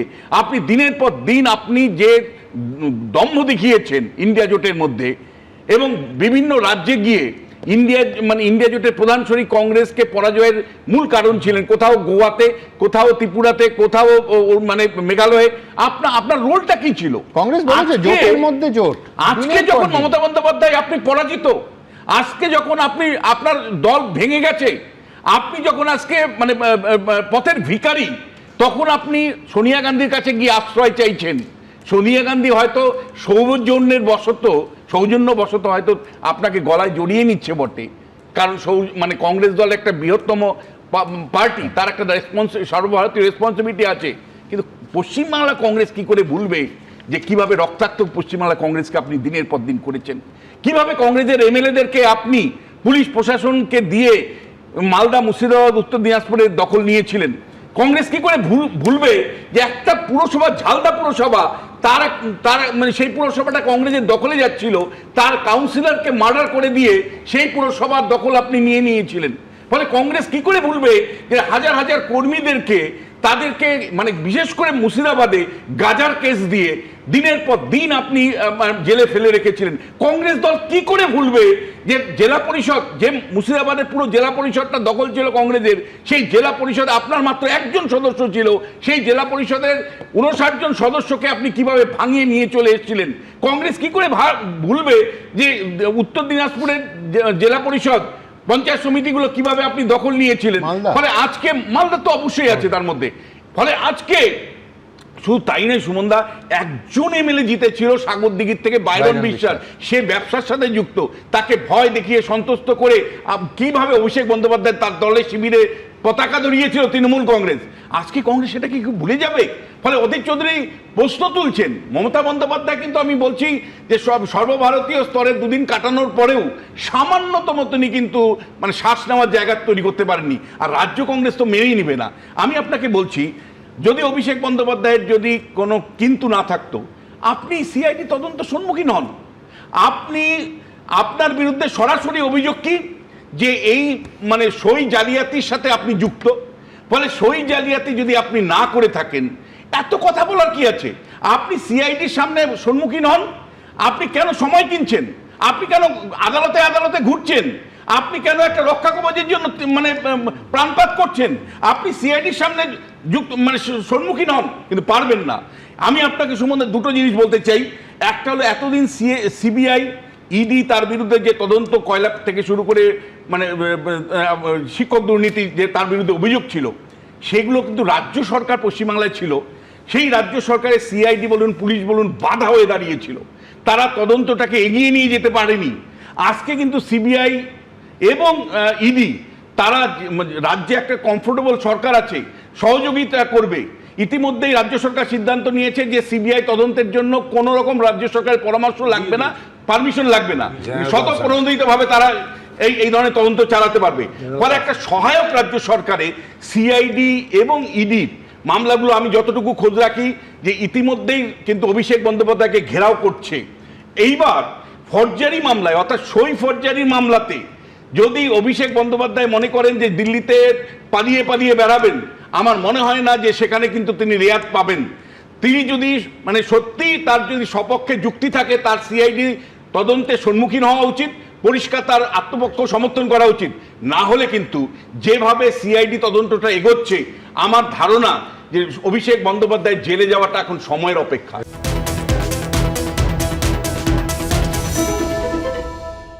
এবিপি আনন্দ, এগিয়ে থাকে, এগিয়ে রাখে।